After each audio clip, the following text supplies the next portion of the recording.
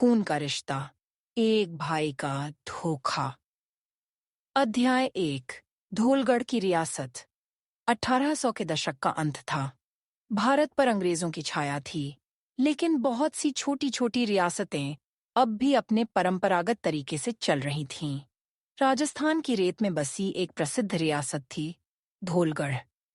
ऊंटों की लंबी कतारें, किलेनुमा महल और घोड़ों की टापें, ये सब धोलगढ़ की पहचान थे। इस रियासत के शासक थे राजा पृथ्वीराज सिंह, जो अब वृद्ध हो चुके थे। उन्होंने अपने 2 पुत्रों को रियासत संभालने के लिए तैयार किया था। बड़ा पुत्र था वीरेंद्र सिंह, शांति और न्याय में विश्वास रखने वाला, और छोटा पुत्र था जयसिंह सिंह, तेज, महत्वाकांक्षी, लेकिन भीतर से घमंडी और लालची। अध्याय 2। 2 भाइयों की दुनिया। वीरेंद्र को किताबें, धर्म, न्याय और प्रजा से प्रेम था।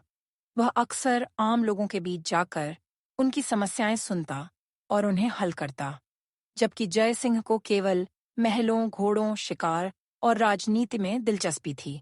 वह अपने पिता से अक्सर कहता, पिताजी, राज्य चलाना तीर कमान से होता है, न कि शास्त्र और वचन से। राजा पृथ्वीराज समझते थे कि जयसिंह तेज है, पर उसमें धैर्य की कमी है। उन्होंने तय किया कि अपने उत्तराधिकारी के रूप में वीरेंद्र को चुनेंगे।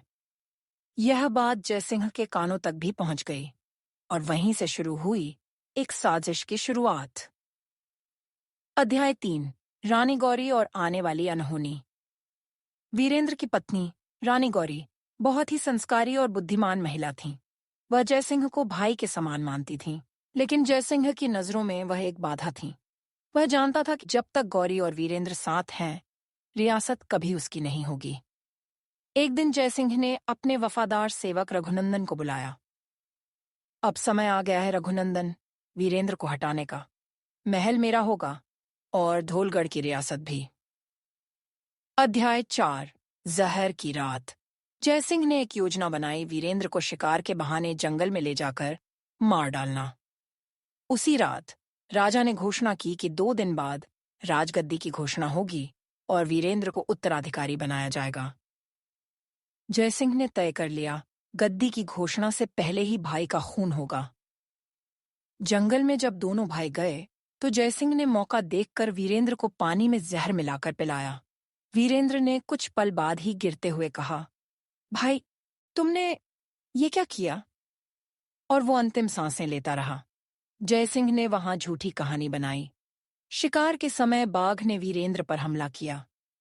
अध्याय 5। महल में मातम। वीरेंद्र का पार्थिव शरीर जब महल पहुंचा, रानी गौरी का संसार उजड़ गया। उन्होंने जयसिंह को देखा और उनकी आंखों में छुपे सच को महसूस किया, परंतु उनके पास कोई प्रमाण नहीं था। राजा पृथ्वीराज ने बेटे की मृत्यु के शोक में खुद को कक्ष में बंद कर लिया। इस बीच जयसिंह ने धीरे धीरे महल की बागडोर अपने हाथ में ले ली। अध्याय 6। साजिश की जड़ें गहराती हैं।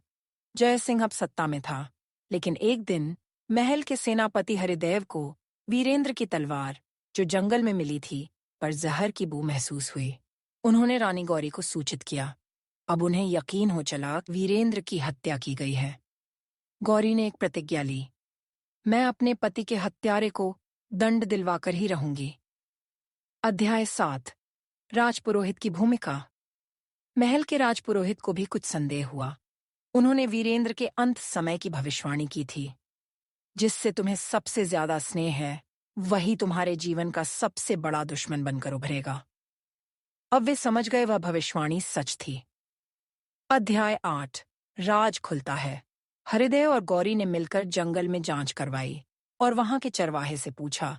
उसने देखा था कि कैसे वीरेंद्र को कुछ पिलाया गया और फिर वो जमीन पर गिर पड़ा। यह प्रमाण लेकर वे राजा पृथ्वीराज के पास पहुंचे। राजा के सामने अब कोई शक बाकी नहीं रहा। अध्याय 9। न्याय की तलवार।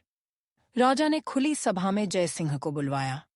सबके सामने गौरी, हरिदेव, राजपुरोहित और गवाह खड़े थे।